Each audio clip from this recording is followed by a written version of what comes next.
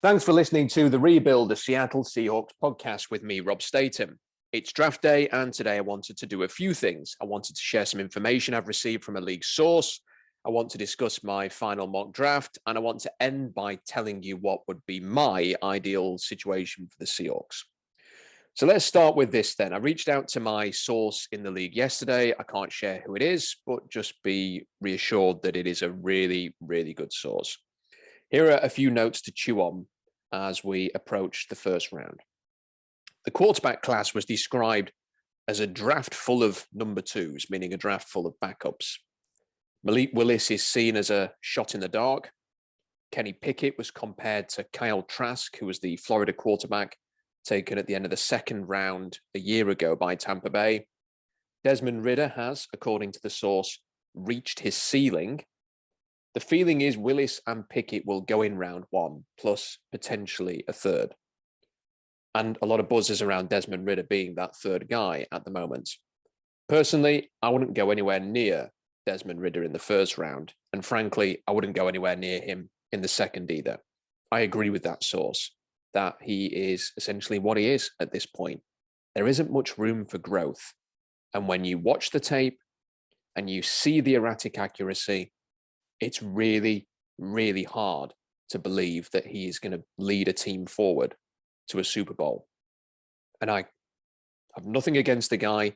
I really hope the Seahawks do not trade back into the first round to take Desmond Ridder, as Tony Pauline has been suggesting. Back to the source. This is said to be a stockpile draft. I asked what this individual will do if they were picking in the 8 to 10 range. Would they trade down or would they stay put? And without much hesitation, the person I was speaking to said they would trade down and they'd be prepared to trade down into the late teens or even the 20s with the aim of trying to get a third, a fourth, and a fifth round pick. He was prepared to go quite far down the board in order to get that. And the value is considered so good in days 2 and 3 in this draft class that a significant move down would be beneficial. The only player who would change that view, I was told, which mean you would stick at sort of pick 8, 9, 10, would be if Kayvon Thibodeau lasted into range. If he fell, according to the source, you'd have to consider taking him due to the potential. That's an interesting thought because it perhaps explains where the Seahawks are, and I'm going to come on to this. They may well have 2 or 3 guys that they will not move off number 9 for. Those guys are gone, you're going to be settling at number 9. So trading back and settling in the middle of the first round or even a little bit later than that, and getting those picks day 2 and day 3, I think a lot of GMs are going to be viewing that as the approach that they want to take. Despite what I was writing about this week in terms of the top 10 and how it may shape out, and I was kind of second guessing myself about, is it going to be really unpredictable? Is it going to be very different compared to what we've been talking about for the last few months? This particular source anticipated a fairly predictable start in terms of who is going to be taken. And he felt the only thing that could really shake things up would be if a quarterback was taken at number 6. But the feeling is Carolina probably won't do that. That said, this is something that I've come to learn. Matt Rule, the head coach in Carolina, at least until this year, has had the final say in terms of decision-making on personnel. So let's assume that's still the case, even though Rule is considered by many to be on the hot seat. Rule recruited Kenny Pickett at Temple, and Pickett committed to Temple and only decommitted and went to Pittsburgh once Matt Rule had taken the Baylor job. So there's a connection there. David Tepper, the owner in Carolina, he's got a lot of connections to Pittsburgh, obviously, and he was involved with the Steelers for a long time. But he's also a big booster of the Pitt Panthers. So when I'm sort of thinking all of these things, and this is why I had Carolina trading down in my mock draft and then taking Kenny Pickett, because from Tepper's point of view, here is a record-breaking quarterback from the school that he boosts. How awkward is that going to be if he goes somewhere else, say New Orleans or Pittsburgh, for example, and has a lot of success? And how will he square that circle in his own mind? And he may be sort of pushing a little bit here because he has sort of pushed a little bit, get Deshaun Watson, get a quarterback. Is he going to apply a little bit of pressure here to the people running his franchise to go and get Kenny Pickett? And if Matt Rule has got the connection with Pickett and he's kind of got final say rather than the GM, is he going to be sort of aligned with the owner here? And are they both going to be, yeah, okay, we're in on this. We're going to take Kenny Pickett. I don't think that Kenny Pickett's going to go at number 6, but I wonder if Carolina will trade down, perhaps not for the most expensive deal. I'm not talking like second, third, future first round picks here to go, into the teens or whatever. Would they be willing to move back for a third and a fourth, for example, to fill out their board? Remember, they have number 6, then nothing till round 4, just to get out of the range there, knowing that it could go into, a spot in the very early teens. I've got them dropping down to Houston's pick at number 13. They're probably not going to miss out on Kenny Pickett by doing that. Could they do that? They could still get a Trevor Penning in that range. I think there'd be options there for Carolina. So, just the feeling that this person I was talking to was saying, for example, I asked, is Ekwonu going to go number 1 overall? Because people were suddenly suggesting that. And he just said no. He didn't see that happening. He thought the only offensive lineman who could go number 1 overall was Evan Neal, but he didn't think that was going to happen either because of the Cam Robinson extension. So, yeah, the feeling is, the offensive linemen, the pass rushers are going to go, the cornerbacks are going to go, receivers will get into the top 10. No big shocks. No, oh my God, I can't believe that's just happened. Decisions in the first sort of 10 picks. That's the feeling from this particular source. So we'll see. Aiden Hutchinson and Travon Walker are going to go very early. Probably, I would say, still 1 and 2, but the order to be determined. Hutchinson's been described as damn good by the source, but not special. But both players carry the note of nothing negative. That's what the source told me about these two players. And in a draft like this, if you've got the athletic upside, if you've got traits that are very attractive and there's nothing negative there, that's one of the reasons why they'll go quite early, I would say. Kayvon Thibodeaux is said to be the 3rd pass rusher drafted from this class. Now, there's always a chance he could rise. I mean, there's a little bit of buzz that Detroit might take him at number 2. I spoke to my source about where he's going to go. He said it's 50-50 that Thibodeaux will go in the top 5, but it's 100% that he's going to go in the top 10. So Thibodeaux is not going to drop out the top 10. I know Peter King's mock had him at 13. Seattle traded back, got him at 13. This source says, no, there's no chance that he's going to go in the top 10. But I asked about Thibodeaux because he's been a big talking point, hasn't he, with his character? And he was described as being set in his ways and all about money. And to be honest, he was described as a bit of a pain in the arse regards to all of that. And apparently when he had the team meetings, he would not stop talking about money and business and being an entrepreneur. So much so, according to this source, that his agent had to have a word with him to try and get him to stop doing this and just to basically shut up about all of this stuff because it was hurting him. That said, Thibodeaux was also described as the most talented pass rusher in the draft with a chance to be great. And at the end of the day, talent always wins out in the NFL. And he's not a bad guy. These are not huge character flags that are going to send him tumbling down the boards. He's not been videoed with a gas mask bong or anything the night before the draft. This is nothing like that. It's simply a man who has got a very clear idea on what he wants to do financially. He wants to be, he says he describes himself as a true entrepreneur. He's constantly talking about his business interests and what he wants to achieve in his life. And then he will reference that football will help him get to where he wants to be. And look, people can complain about the NFL in this regard and say, well, this is ridiculous. This is typical of the owners. Look, if you're going to pay somebody millions and millions and millions of dollars to come in and be a focal point of your team with a top 10 pick, and you have a guy who is talking that way and sort of sees football as a means to an end, and you have another guy who's got a very similar grade, and he's coming in and he's talking about scheme, he's talking about winning Super Bowls, he's talking about football being his life. That's the kind of thing that, in some draft rooms, they're going to be having that conversation, or they'll already had that conversation by now, as to whether or not you want to take that guy who is business orientated and sees football as a means to help him get to where he wants to go in terms of business, or a player who is saying, I'm all about football. But eventually somebody, and that could be number 2 to Detroit, or it could be number 9 to Seattle, somebody is going to take a chance on this guy and say, the talent wins out.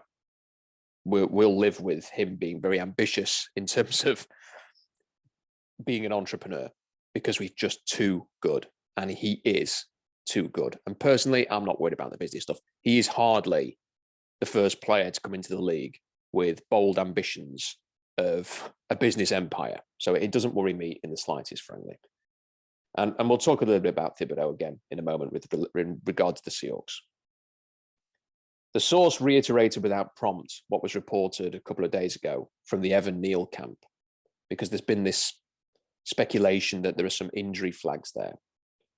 Neal was not asked to return after the combine for a medical recheck.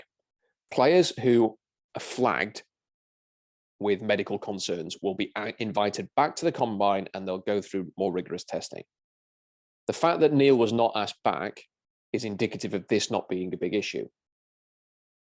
Neal was described as the top offensive lineman by this source, with legit potential to play left tackle. I've been saying he looks a lot like a really amazing guard who can play tackle as well, but might not be quite as good at tackle as he is at guard. This source said no, he is a legit left tackle. Ike Ekwonu is viewed as a guard, and that's the difference. And when I asked this source about a range for Ekwonu, they said picks sort of 7 to 9. Now, I don't think he's going to get to pick 7 to 9. So if you are minded to hope that he lasts to Seattle, I don't think it's going to happen. But I just wanted to sort of give you the inside, as people are talking about Ekwonu going 1, people are talking about Ekwonu being the best player in the draft.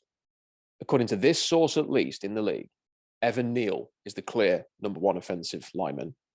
Ekwonu's number 2, and is seen as like 7th, 8th, 9th best player in the draft. I was told that Charles Cross is the number 3 lineman and deserves to be ranked in the 8 to 12 range. That's not big news given the way everyone's been mocking him, but I'm highlighting this because it goes against what I've been saying in terms of what grade I think he deserves. I've got a 2nd round grade on Charles Cross. I don't think he's that impressive as a prospect, but there are people who disagree and think he should go a lot earlier.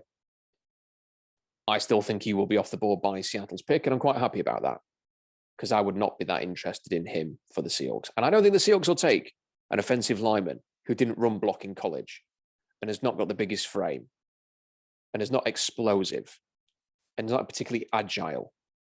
I don't think that they're going to do that. But it's just worth mentioning that he is rated a little bit higher than I've been talking about within the league, at least with this, according to this source. Logan Hall, the defensive tackle or inside-out rusher from Houston, has a real chance to go in the late 1st. So does Connecticut's Travis Jones. And I've been mocking Travis Jones in the 1st for a while. Logan Hall, there's been a fair bit of buzz about that he could go in the late 1st. I was told there's a decent chance that could happen. There is supposedly one team late in round 1, a good team, who is said to love Devontae Wyatt. That's expected to be the range for Devontae Wyatt, by the way. So the late 1st round, between 20 and 32. I would say that's the kind of range he's going to go. I'm not saying he's going to go at 20, by the way. I'm just sort of using that as a number because I don't think the Steelers would take him. But he's expected to go in that kind of range. And there's at least one team that really, really likes him. Jordan Davis, his Georgia teammate, is very highly regarded, but is seen as a 2-down nose tackle. And according to this source, was more of a second half of round 1 type rather than a top 10 type. And I get that. I really like Jordan Davis, but he is what he is.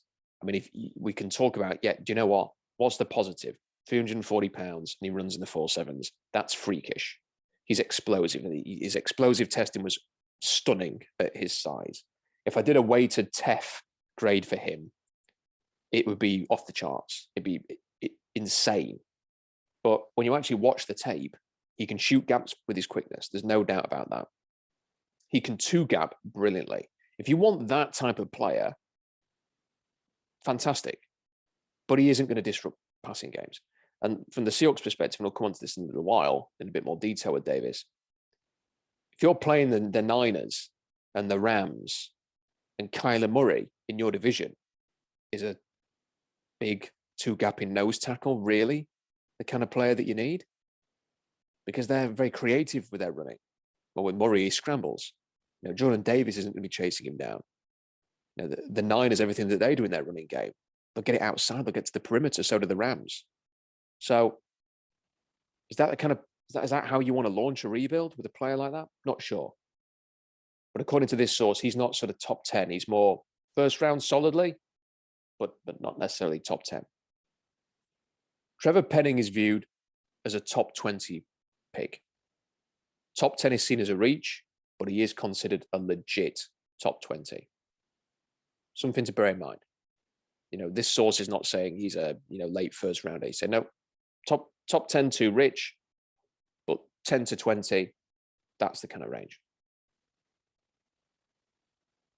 My source didn't rate Lewis Cine as highly as I did at all, the Georgia safety. He liked him, but he had him day 2, day 3, and the number 5 safety in the class, and viewed him as a box safety only. So the order that he had for the safeties, the top 5, Hamilton, number 1 at Notre Dame, Dax Hill at Michigan, number 2, Jaquan Brisker at Penn State, number 3, Jalen Petrie at number 4, Lewis Cine, number 5. Just wanted to share that because obviously Cine has had a meeting with the Seahawks. There's a lot of buzz about him going in the late first. People are sort of wondering where he's going to go. I don't know whether this source is an outlier or whether this is how the league views it, and maybe the hype's just a bit much there. You do wonder sometimes whether, the media, and they get in, they speak to coaches at Georgia, and they mention all these guys, and they chuck Lewis Cine's name in there as well. I mean, I've watched the tape. I think he's a tremendous player. So it could just be that this source sees something that nobody else does and just doesn't rate him as highly as perhaps I've been doing and other people who the media are speaking to. But just something to bear in mind, and as the Seahawks are meeting with him, it might be to get a bit more intel as to exactly who he is, what he is, whether he's a fit. I didn't have him in my first round of the mock draft, though, off the basis of hearing this. The other thing is people in the league are already talking up about the top of the 2023 draft and how exciting that is. There is a lot of buzz about the main 2 big name quarterbacks, Stroud at Ohio State and the guy at Alabama. I'm not as high on those 2 as perhaps this source was suggesting. Bryce Young is very small, and I think that's going to come into focus more as he becomes more of a draft. At the moment he's just a really good Alabama quarterback. The minute that people start sort of analyzing him with this is for the pros, where's he going to go? They actually look into it. He's very, very small, very small. Something to remember. Stroud, I'm not sold on CJ Stroud. I've said before, Will Levis is the guy that I'm most excited about. But then there's the brilliant Alabama pass rusher, Will Anderson. He's getting a lot of NFL buzz. So getting extra stock for next year is going to be seen as a big win. If any team can pull that off, I'm not sure they will because everybody's going to be viewing this the same way. But definitely, if you can get some extra stock for next year, that will be seen as a big win.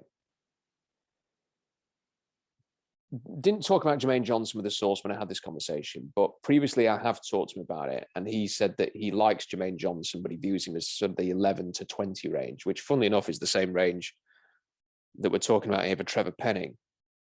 So, I mean, in my mock draft, I had him going at number 10 to the Jets, and I had the Seahawks trading down.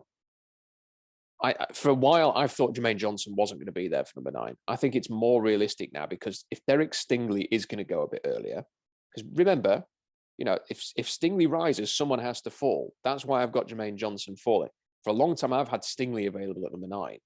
I've mocked him to Seattle. I've had people trading into Seattle spot to go and get him. If he moves forward and goes number 3, or someone trades up, or the Giants take him, for example, someone has to move down. And I think of the players we've been talking about in the top 10, I think it would be Johnson of the group that does ultimately last to number 9. And I love him. I think he's a fantastic player. Thing to remember, though, and this is what I did with the mock draft, is if the Seahawks if they grade him very similarly to Trevor Penning, let's say, in that 11 to 20 range, and they know they can move down like 6 spots, 4 spots, whatever, and at least one of them is going to be there, and they have needs at both tackle and edge rush, I don't know if they'll rush to the podium like I was thinking they might do if he was there at number 9. Personally, I hope they take him at number 9, but just mentioning that. And I do think the Seahawks are going to be desperate to move down, because this is a foundation building draft, and the source agreed with that when I put it to him, that ultimately getting more picks day 2 and day 3, that's, this source was saying just get as many picks as you can, essentially, take as many shots. You've got a big chance to get numerous contributors. It's not, in this draft class, it's not really about, okay, if you pick 12 times, it gives you 12 chances to get 4 guys. It's realistically, if you pick 12 times, you might have some 8, 9, 10 of those guys contributing on your roster, not just quickly, but long-term getting second contracts in the NFL. So that's how good this draft is seen. And yet the top 10 isn't viewed that strong. And I think this is part of the reason why all of a sudden in the last sort of 24 hours, all of a sudden Thibodeau has been talked to us about as a potential number 2 pick, and Stingley's been talked about as a number 3. These are the guys that if you go back sort of 2 or 3 years, we've all been expecting to be sort of like number 1, number 2 overall at the top of this draft class. And if people in the top 10 are thinking, do you know what, I just can't, Aiden Hutchinson's not quite special enough. Travon Walker, not quite special enough. Ekwonu, not special enough. They're going to end up sort of falling back on the big names, the names that have been expected to go this early, the top testers, the players who were seen as, these could be guys at the top of their position at the NFL. And that is the Thibodeaus, that is the Stingley Juniors, that is the Evan Neals, who could go a little bit earlier. Now, if one of those lasts to number 9, then yeah, you stay and you take them. And I think if Stingley Junior's there, or Thibodeau's there, or if Evan Neal was there, I think they'd probably take him. I think if those 3 guys are gone, that's it. I think they're going to move down. I think they're going to try and move down. I think there's going to be enough interest, assuming the Jets don't trade away number 10 for Deebo Samuel. Even if they do, are the Niners going to try and take a receiver there? You've got the Saints looking to move up reportedly. You've got the Eagles looking to move up reportedly. You could see the Chargers moving up. I've got the Texans moving back into the top 10 for Stingley. They could be in the receiver market as well. They're said to love Garrett Wilson. So I think there'll be the opportunities there for Seattle to move down. And then I think they move. I've got them in my mock draft sort of moving down into the mid-first with Philadelphia. I could see it with New Orleans. I could see it with Houston as well. If they do that, if they get into 15 behind Baltimore, it could be a case of, okay, if Penning's there at 15, you take him. If the Ravens take him at number 14, you take Jordan Davis. I think really sort of 14, 15 could be Davis or Penning. So, and it's just which order they 2 go if Seattle moves down into that range. But then there's other teams looking to move up. When Jerry Jones is talking about being interested in moving up, they desperately need offensive line help. I won't be surprised if he's having a good look at Trevor Penning or another receiver. So I think that number 9 could be a good spot for trading down. I think they will do that. In my mock draft, I had them trading down for a 3rd, 4th, and a 5th, and then taking Trevor Penning.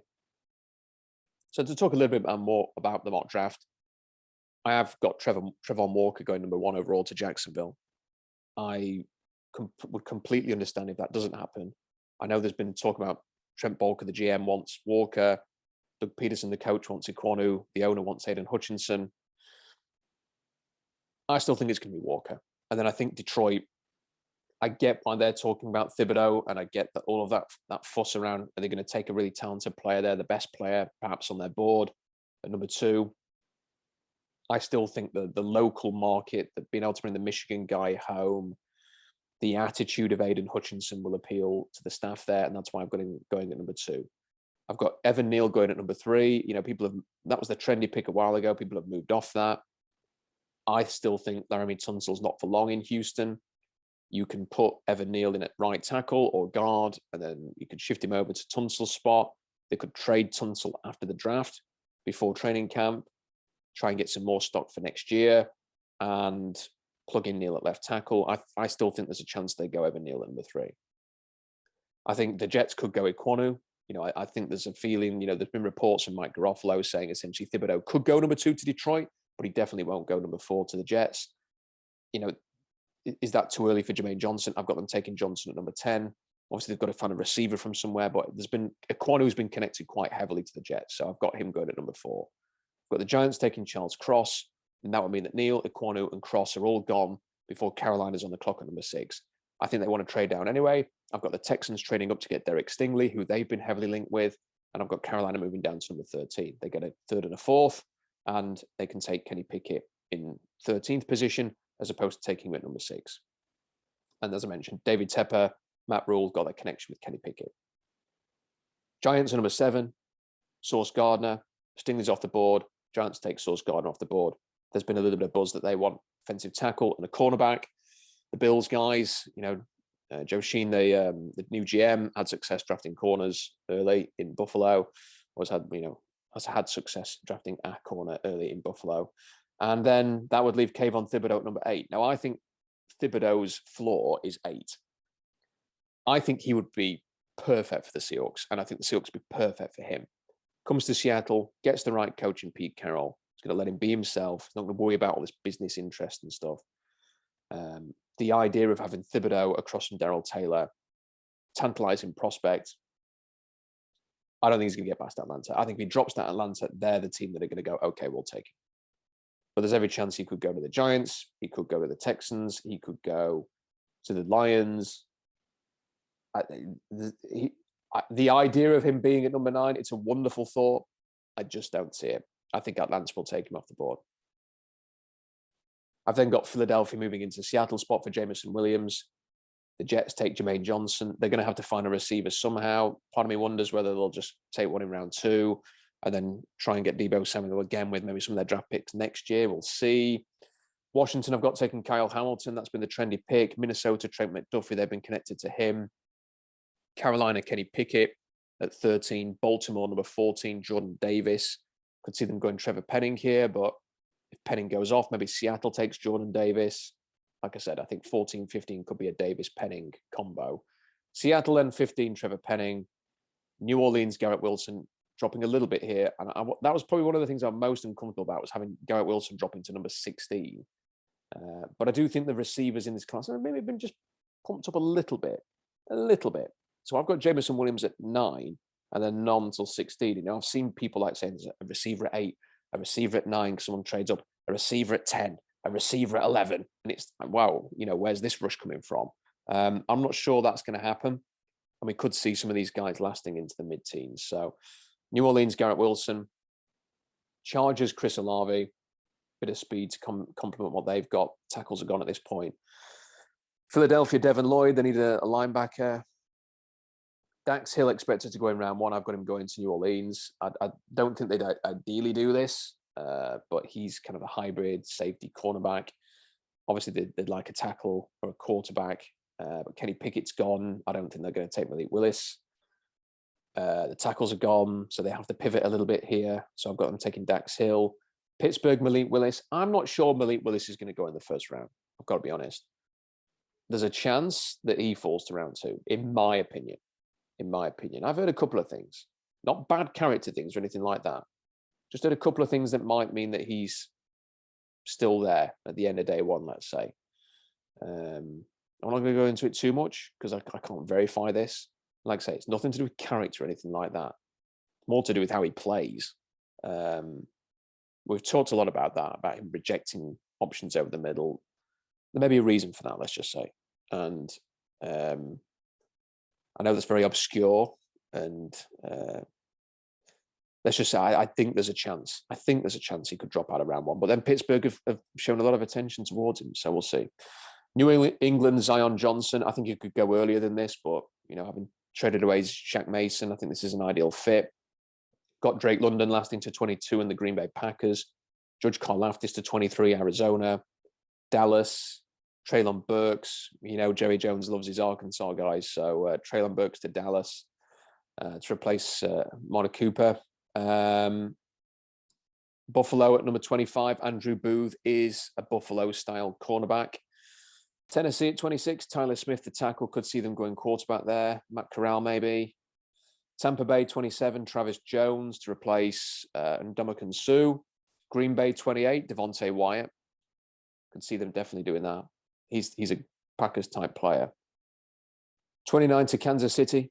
Kyler Gordon, and then Boye Mafe, the second Kansas City pick. Logan Hall at 31 to Cincinnati, sneaking into the first round. And then Nakobe Dean to Detroit at number 32, which means only two quarterbacks. I just don't think. Look, I've watched the quarterbacks. I've watched nearly every game that the top quarterbacks have played in 2021 and a lot of their 2020 stuff as well. I feel very, very confident talking about the quarterback class in this draft. And I just don't see it. I just cannot see a situation where a whole bunch of these guys are going to go in the first round.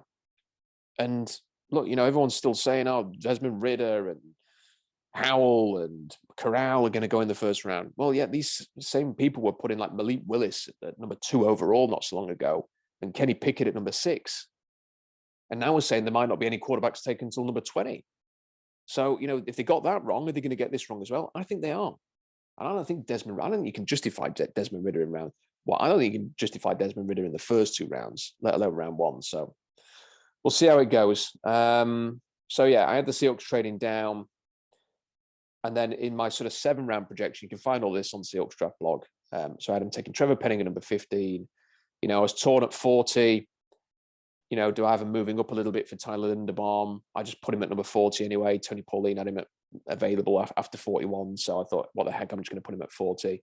Well, people have to remember, centers don't go early. I think the average position of the first center being drafted something like 48th overall. So 1 is you've got the size issue with Linderbaum anyway. 2, you've got the fact he's not a scheme fit for everybody. And you've also got the emergence of Cam Jurgens. So I do think there is a chance that he could go at 40. Seahawks have said how much they want a player who's got a wrestling background with Austin Blythe's size. That is Tyler Linderbaum. So I think there's a real chance that he could be a pick for Seattle there. But I also think someone like Sam Williams, the pass rusher, could be a great option there. And then I had Channing Tindall at number 41 for the linebacker spot. There's a lot more detail on the blog, SeahawksDraftBlog.com, if you want to read why I've picked these players. Damian Pierce, running back Florida in round 3. I've got him taking Michael Clemens and Logan Bruss, more linemen. And then Thayer Munford from Ohio State. Clemens, pass rusher. Logan Bruss, a guard. And Thayer Munford, a potential project tackle. And then finishing it off with Percy Butler, safety, special teams dynamo. Romeo Dubes, the receiver from Nevada. I think the Seahawks will love him. Carson Strong, who's going to fall because of the knee injury. I think the Seahawks will wait until later in the draft to take a quarterback, and I could see them just taking a punt on Carson Strong, just throwing him into the competition. And then Jalen Watson to round things off, the quarterback from Washington State. So that was the draft that I went with for the 7-rounder. Like I say, all the details on the blog, go and check that out. Now, I'm going to finish this podcast with my ideal situation. At number 9, as I've talked about, if a Kayvon Thibodeau or an Evan Neal or a Derek Stingley Jr. is there, that is the dream. I don't think they're going to be there. At number 9, I would take Jermaine Johnson. Take a pass rusher who dominated the Senior Bowl around a 1.55 10-yard split, who can come in and be an alpha and energize that team across from Darrell Taylor. I want to see the Seahawks have a great pass rush. The idea of the Seahawks having a great pass rushing defense, that to me is second only to finding another franchise quarterback. I want that. I want them to get after teams with the pass rush. So I would take Jermaine Johnson. But if they do trade down, I'd be comfortable taking a Jordan Davis. I'd be comfortable taking a Devontae Wyatt. I'd be comfortable taking a Zion Johnson. And I'm not totally against the Trevor Penning situation if you move down. What I don't want is trading down for Trevor Penning, snubbing a load of better players in the process, and then trading up for Desmond Ridder. I can live with the Penning pick. I can't live with the Ridder pick that was being suggested this week. If they go defense with their first pick and take a Johnson or a Stingley or a Thibodeau, which is my preference, then I'd like to see O-line addressed next, because I think there's some good offensive linemen at the top of round 2. whether it's Cam Jurgens or Tyler Linderbaum or Cole Strange or Abraham Lucas, who I really, really like at tackle. I would prefer to have Lucas at 40 or 41 than Penning in the middle of the first round. That would be my preference. So, and if anybody says, but Lucas he's from the air raid, like, no, he's not. Washington State been running the ball 42, 45% of the time the last couple of years. He's got a 91.0 run blocking grade per PFF. He's a better run blocker than a pass protector at this point. Abraham Lucas. He's a Seattle type of offensive lineman, and I would take him at the top of round 2. And then, if you take an offensive lineman, you take a pass rusher first, then an offensive lineman. I'd then be open to taking a linebacker. We've talked about the names a lot, or simply the best player available. If one of the top running backs is there, happy with that. If there's a great receiver that you like, or even a safety, I mean, Christ, just take best player available. Just take, if that's what it is, I just want to see them improve the trenches, get best player available. If that's another offensive lineman, fine. If it's another defensive lineman, fine. Whatever it is, cornerback, I'll just list every position. I think just take the best player available. Make sure you address the trenches first, then take best player available. That's what I want to see. Don't get into this quarterback market. That's the key. Just leave it alone. Just wait till next year. So that's my ideal. And, if you can come out of this draft with Jermaine Johnson and Tyler Linderbaum as your first 2 picks, for example, that's a home run for me. I'd even be saying, look, Jermaine Johnson first, Tyler Linderbaum at 40, Abraham Lucas at 41, home run. If you take those 2 players and then take a best player available at 41, home run. That would get me excited. What will make me feel demoralized is trading back into the end of the first round for quarterback. Now, it is worth noting that I've read Tony Pauline's 3-round mock draft. He has the Seahawks moving down into the middle of the first. That should get you a 3, a 4, and a 5 in terms of draft compensation. I've broken that down on Seahawks Draft blog in my mock draft. Check it out. Tony thinks it'll only cost a 4th to go from 40 to 28. So it's not a hugely expensive thing. It's not like they're going to give up future firsts or a 3rd rounder or something like that. He thinks it'd just be a 4th to move from 40 to 28. That'd be great value for Seattle to get back into the first round. And if they really, really, really love one of these quarterbacks, it's not an atrocious deal in terms of a trade. I just don't rate the quarterbacks. But I suppose let's just end on this. Why would they go after Desmond Ridder if he's reached his ceiling already? I guess because he's been going into interviews and apparently telling all the teams of this plan that he has to win the starting job in year 1. And I can imagine him walking in there and Pete Carroll and John Schneider falling for that. I'm not falling for it, but buying into it. And he has been a winner. He's never lost a home game. And he has helped elevate Cincinnati. But let's also remember he's playing with the Sauce Gardners and the Alec Pierces and the Brian Cooks and people like that. It's not like Cincinnati were a terrible team and Ridder drove them forwards. He was playing with top NFL players on that team. And when you watch the tape, the Navy game, the East Carolina game, the first half against Notre Dame, the Alabama game, you don't see anything. You don't watch him and think, I'm watching a future top 10 quarterback here. To me, he feels like exactly the type of player that you're constantly trying to replace for the next 5 years. That you end up in that quarterback purgatory. At least with a Corral, I think you sit him for a year. Could he be a plus Jimmy Garoppolo? Yeah. Jimmy Garoppolo has been to a Super Bowl and an NFC Championship game. It's not great, but he is what he is.